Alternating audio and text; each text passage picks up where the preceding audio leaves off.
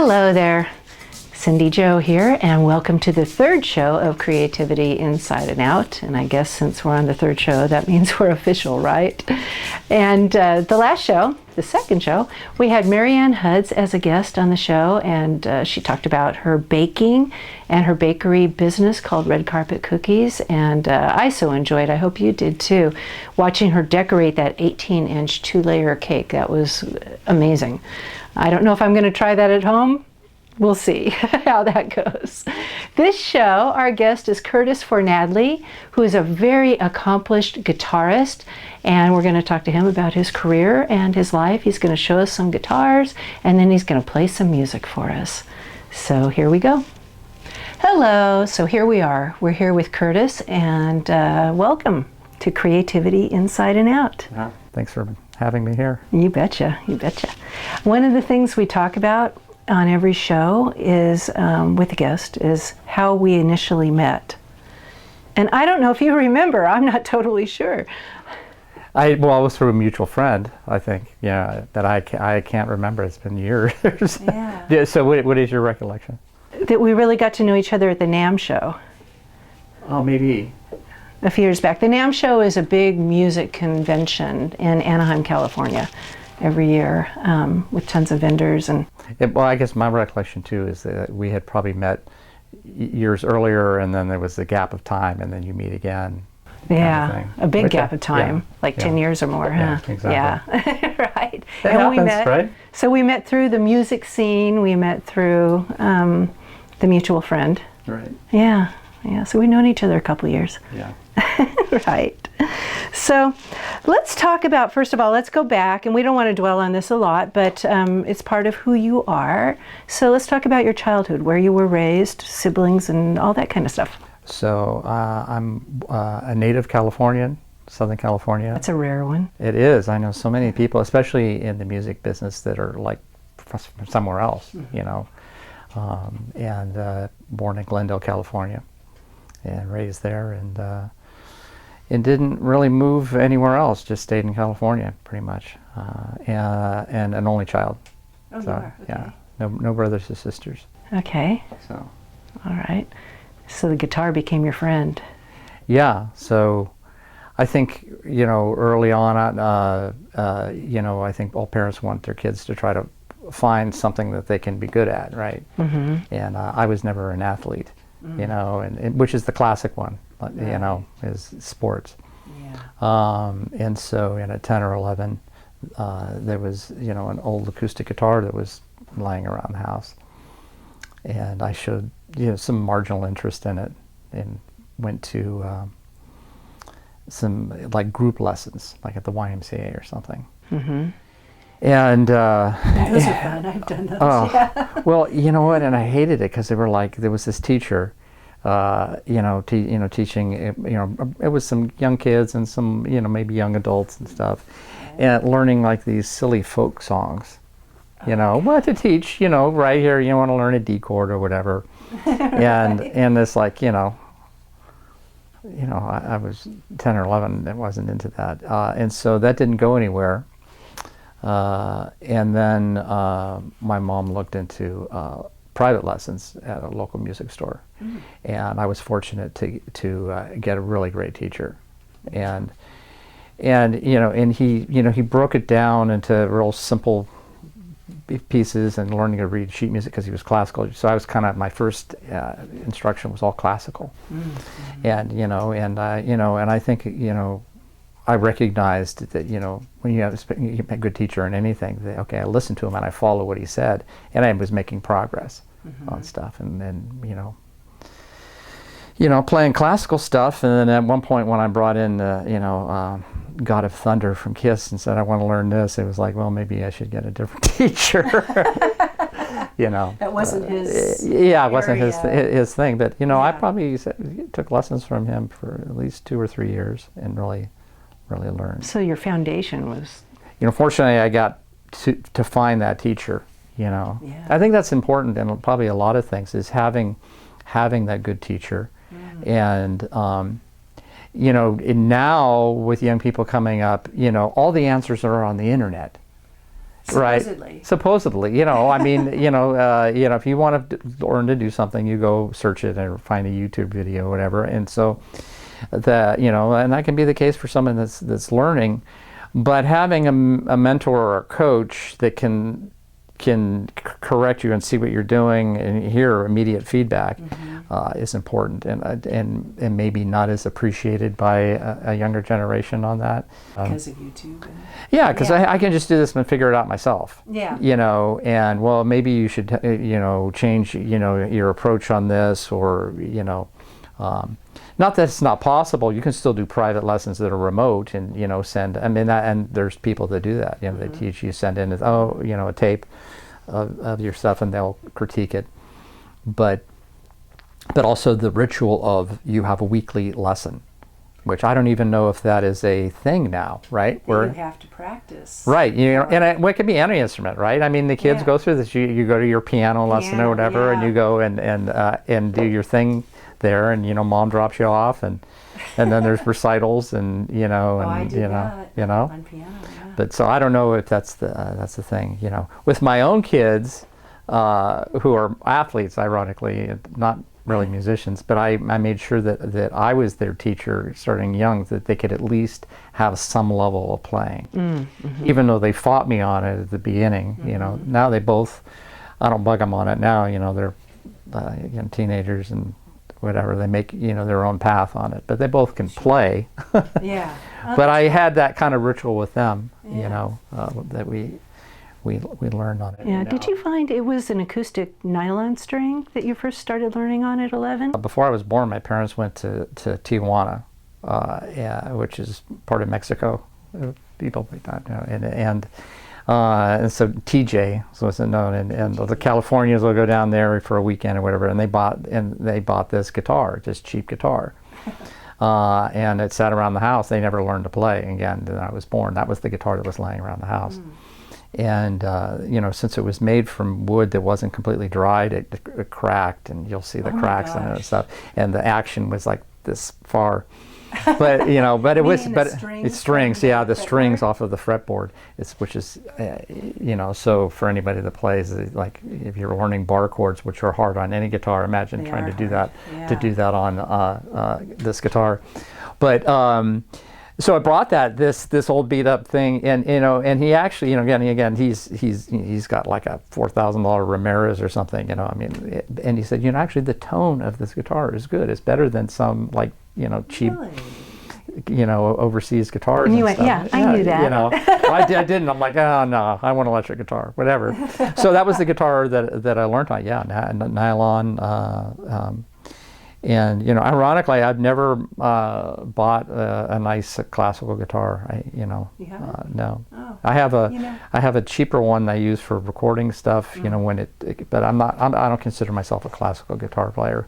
Right. And to really get first class classical guitar is real expensive. And I'm wondering too, because I about the same age, I was fairly accomplished on piano at that point. I started at 3 on piano. Wow, that's early.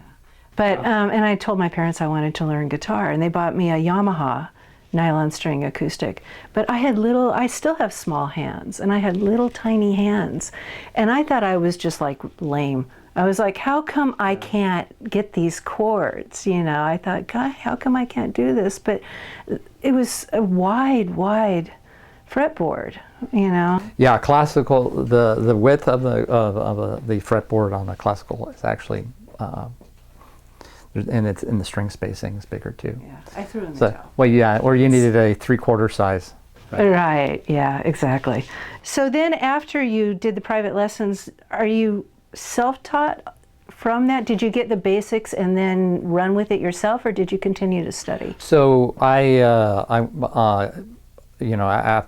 I decided, that I had kind of outgrown that, or my interests were going elsewhere, he recommended me to another teacher, and then who was pretty good. And then I learned some things. At that point, then I did get a Les Paul copy electric guitar. I had an electric guitar, and that became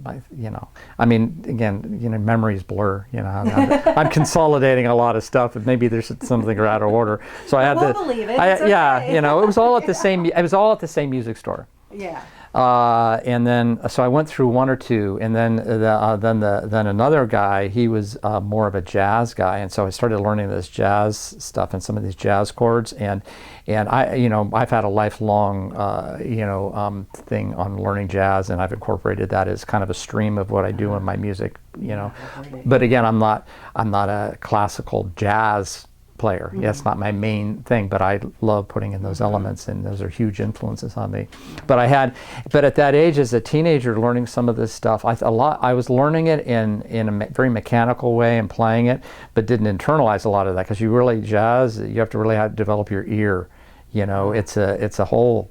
Jazz is something that still kind of eludes me, Yeah, and I don't even want to say it's an acquired taste. It's almost like there's a certain amount of evolving your ear, I guess, and listening. I mean, about to really become a lover of jazz or a player of it, the first thing you got to be listening into a lot of stuff. Yeah, through the evolution, and to see the evolution of it, right? True. I remember, even in college taking a course on, evolution of jazz. It's pretty fascinating, actually. Because jazz is, really the marriage of what we had with the slaves and their, the music of the blues and their and merging with Western classical music.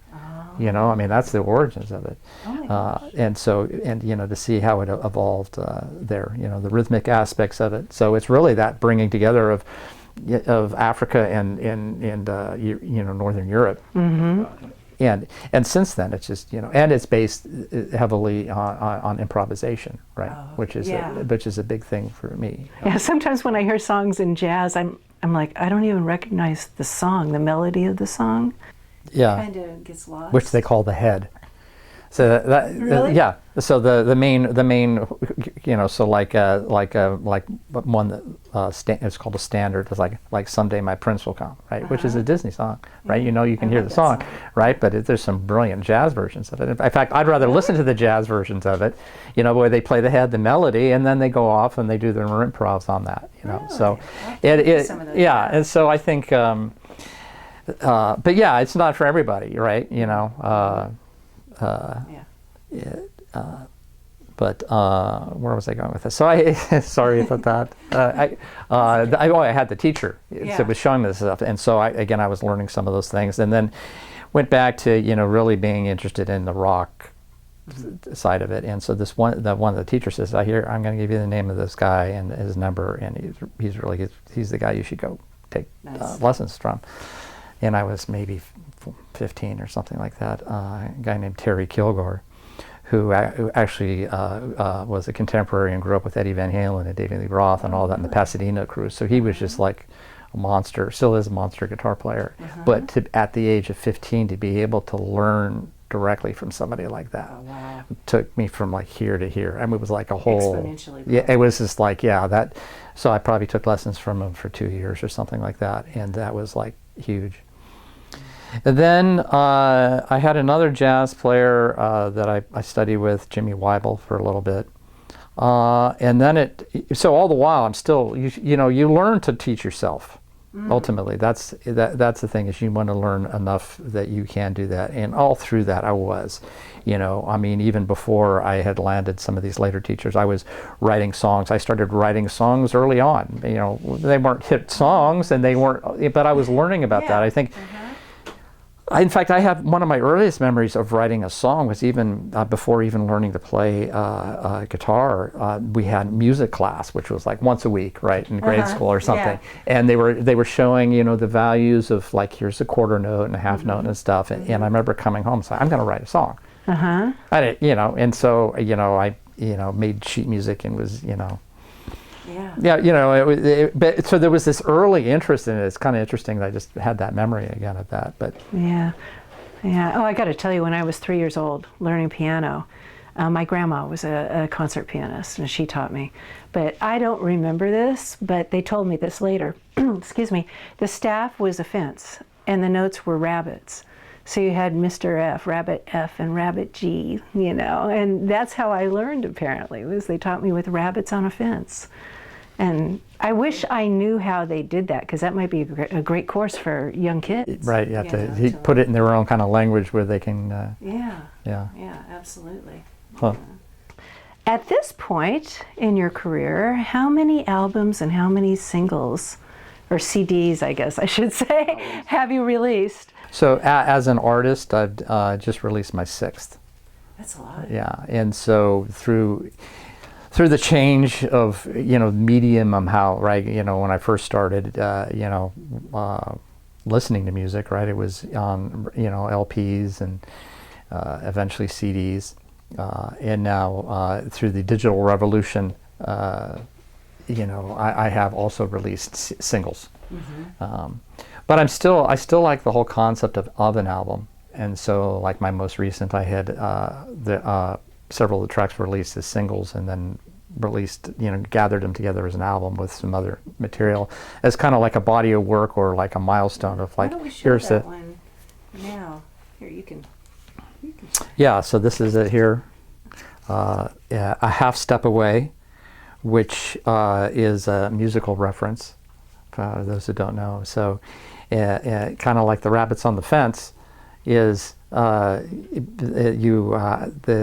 distance, the closest distance between two notes is called a half step. Half step, right? And so on a guitar, between one fret, like I have on the back here, you can see between one fret and another is that half step. Oh, so you did the frets with the railroad track. Right. Ah. But the other kind of joke or reference is that, and this is in maybe even a jazz thing, is that if you're out of tune, you're always a half step away. So if you hit the wrong note, go one way or the other and you'll be fine. That's not easy to do, though, is it?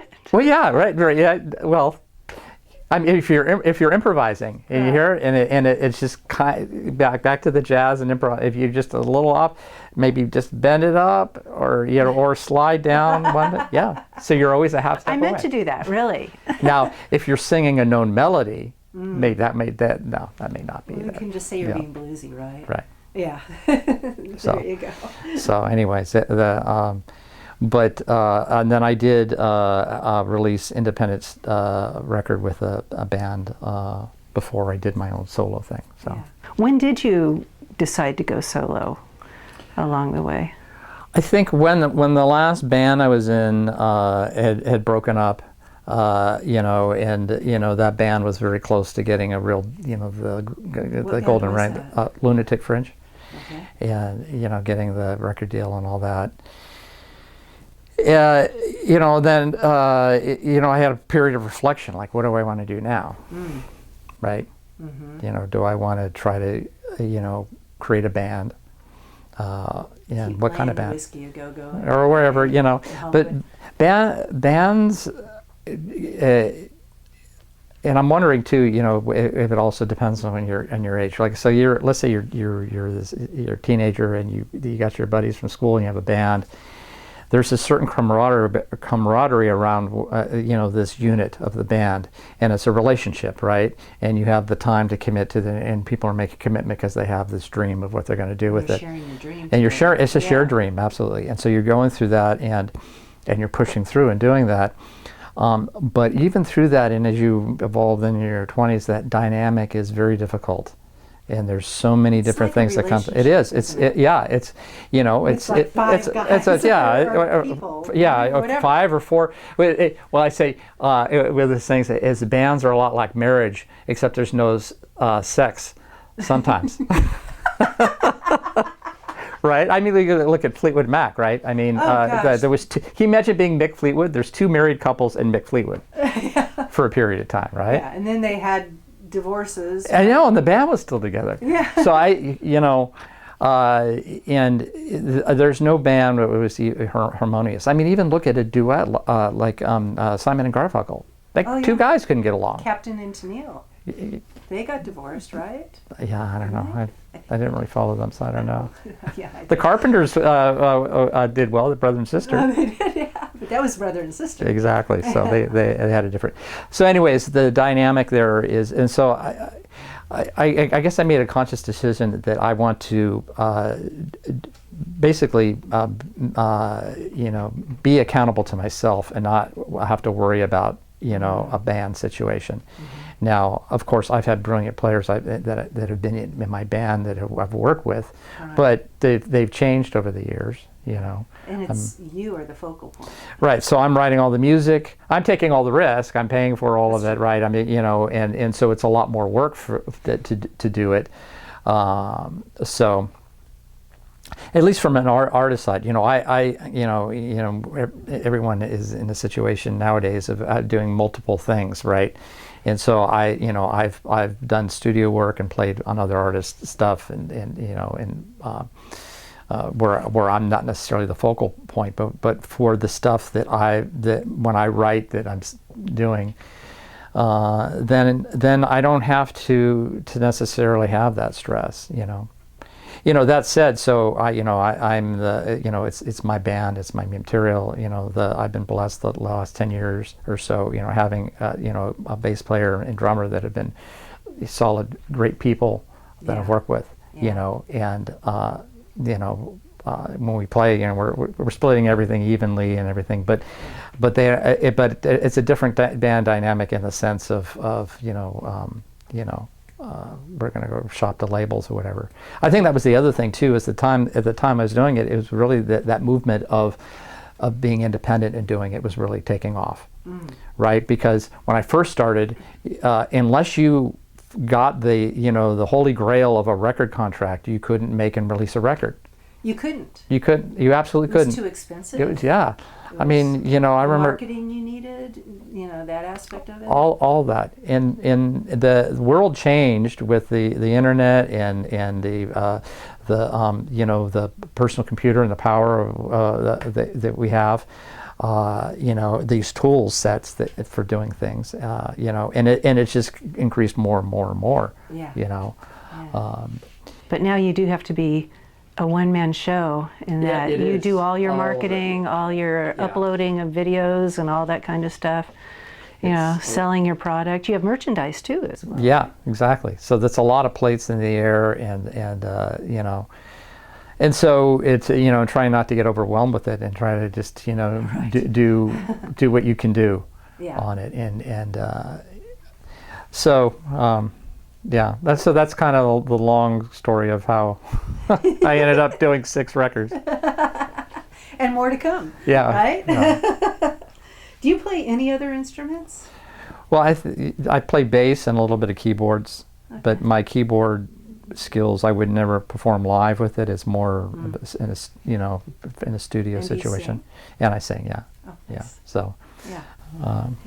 Now you've done some videos. For some of your songs. Yes. How do you go about that? Do you have them produced by other people or?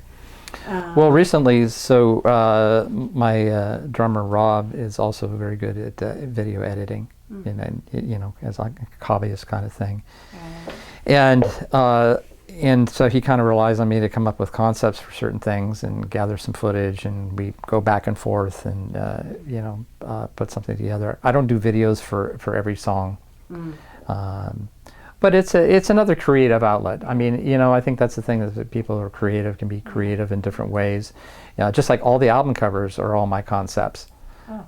Like this one here, I don't know if it translates or not, but what I was going for is that classic shot of James Dean going down 48th Street in New York.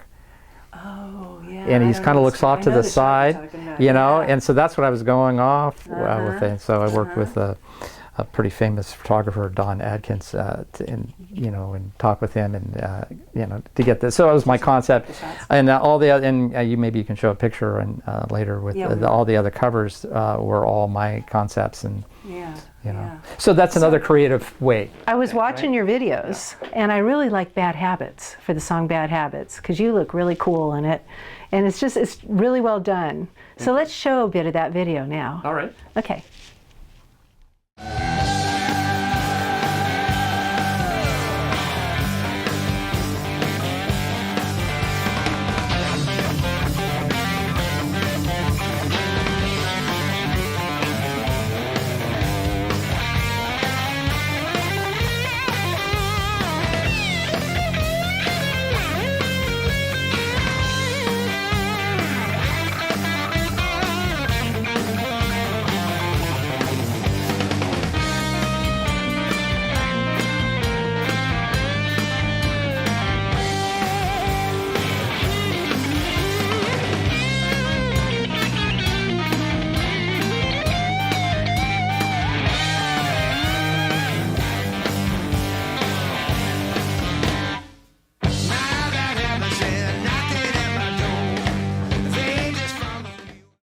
That is really cool. I love that hat you have. You have that total vibe thing going, you know. Yeah. Not to mention music. Yeah.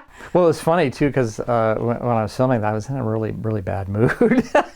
So No, that's kind of like my acting coach. I would go to classes and say, "I'm sorry, I can't do my scene tonight. I just can't do it. I had a bad day at work," and she'd go, "Use it."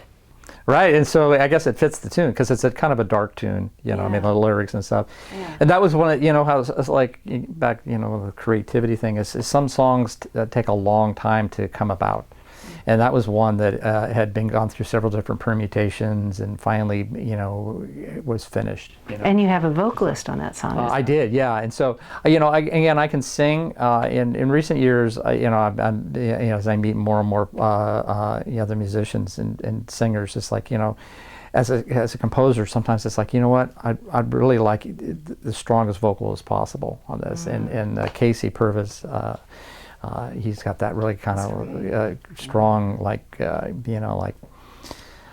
don't know, it sounds like kind of a Deep Purple vibe, part of the vocals on that. So I had him do that vocal on there. Yeah. So very cool. Do you have a preference if you like to record or you like to play live? Or are they just two separate? Yeah, they are different parts of the brain. And to say it's like like saying with your favorite kid, you can't say that, right? Because you love them both, right? But same, they're different, and and both have their challenges too. When something's not sounding right in the studio, or you can't get the take or whatever, that's torturous too. And then if you can have a live gig, when no one shows up, or I can't hear the guitar, or whatever. Yeah. But when it's great, and the whole audience, there's this synergy. So I think that's the thing about the live thing is that it is a communal thing, kind of, right? When it's good, right? Because it's not just about the performer. It's this whole almost spiritual thing, right? With the audience, right? Yeah. It's pretty ancient stuff, right? Music and humans, and gathering together, I think, and I think that's the thing that you don't get in the studio situation. Now you get a smaller when you got, when the band nails a track and you listen back, or even like in the mixing, because in the recording studio you have the opportunity of doing things where you go and you add things and you create this thing that's larger than life, and I love that, right? In some ways the Beatles were like, really took that to another level. Pink Floyd too, right? Right? Yeah. And then they're like, well, okay, how are we going to do this live? And some did. And some Beatles songs were never performed live. Because it just wasn't. Yeah, like Penny Lane. I don't think they ever performed Penny Lane live. Oh, really? But that's a brilliant song. Listen to it, and like I Am the Walrus. Listening to your songs, you have layers of guitar sometimes, and I had that thought. I thought, how's he going to do that live? Well, a lot of times when I write things, and this goes back to the classical thing. When you play in classical, and I think that. I forget who that was. It was one of the classical composers was talking about the guitar and why they love the guitar. I want to say Beethoven or Mozart, but we'd have to look it up. Yeah. That the guitar was like an orchestra in itself. So you've got 6 strings, you got the low and the high, and so when in a like an arrangement of classical stuff, you've got the bass going on, and you've got the middle the accompaniment, and at the high you've got the melody, and you've got harmonies, and you have counterpoint things different. And so I in my composition, when I'm coming up with stuff, oftentimes that's how I play on electric guitar. Is I've got, okay, here's where the bass is going, and then the melody. That's how I ended up with the instrumental. Is your top line, your melody. It doesn't have to be a vocalist. But it can be another instrument. It can be a guitar, and a lot of times the melody is the highest element in the stack, right? Okay. And so a lot of times when I write stuff, then I'll do that, and then when we play live, I'm taking that approach where I'm playing maybe a combination of rhythm and lead, or rhythm and melody at the same time. Yeah. Now when it comes to the recording, maybe I'll break it up. And so the guitars are doing the power chords, and they overdub and do the melody separate. Right. Well, you've got rhythm kind of in the background, and Right, Yeah. and then you can mix it. So the approach to recording it in the studio could be different than live, right? Yeah, And it's that's just what I was different. thinking. And I think too, my perception on what live is about has changed too. Is I don't view a live performance as trying to recreate the actual recording identical, verbatim. Yeah. And the audience, if they know your stuff, will fill in the blanks anyway. The Yeah. brain's interesting But like that we way. were talking about Taylor Swift before we started recording today, and how her audience knows every word, every note Yeah. of her songs. And she has the production and the people there to basically recreate it identically. I'm sure they do. To back her up with Yeah, that. yeah. So that it is identical. You know, I got the chance to see Seal at the Greek a few months back, and that was Seal. awesome. And he had the original keyboard player. And there's a lot of layering in his music, and I was surprised how few people were on stage, but they did it. It was like, I couldn't believe how great it sounded. It was one of the best concerts I've ever heard at the Greek. I mean, the sound quality of it, the Greek Theater? At the Greek Theater. That's the most And the original producer, Trevor Horn, played bass. I mean, it was like the people that were there that made the record were on stage playing the stuff. Oh my And it was just gosh. brilliant, you know. Oh my gosh. So there, I mean, and that stuff nailed. It sounded like the record. Really? But you know, I mean, so when I go see an act, I don't always anticipate that, hey, it needs to sound like the record. Yeah. You know. Yeah. So. Now, in 2007, you were in a guitar competition.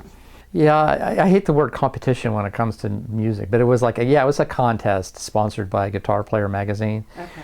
And they had done it the previous year. They, I think, called Guitar Hero or Guitar Superstar. Basically, people that are unknown or whatever would send in tapes, and they select 10, and then you go in and they have a show, you know, that's the public can go to, and each player plays.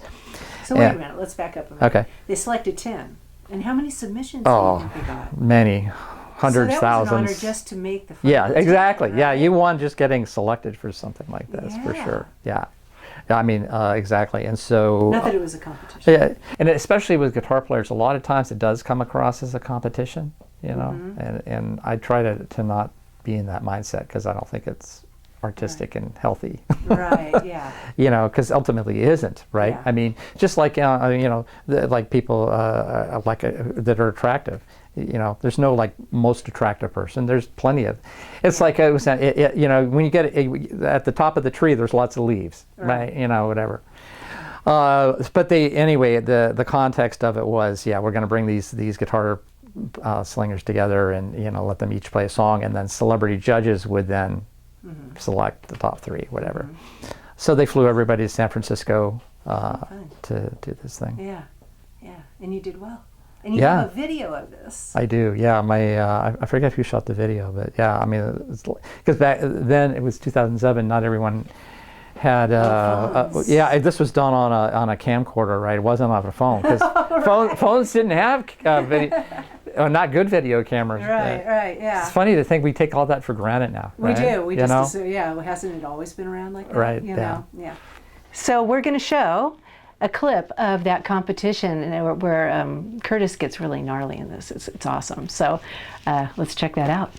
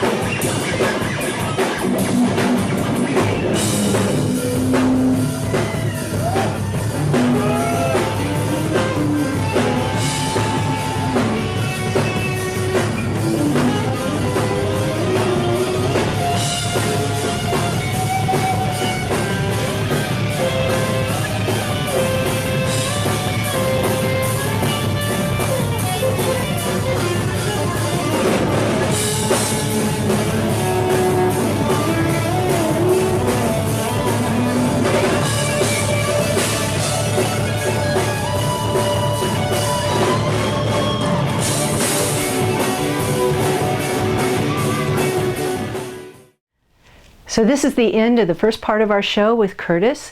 Check back for more.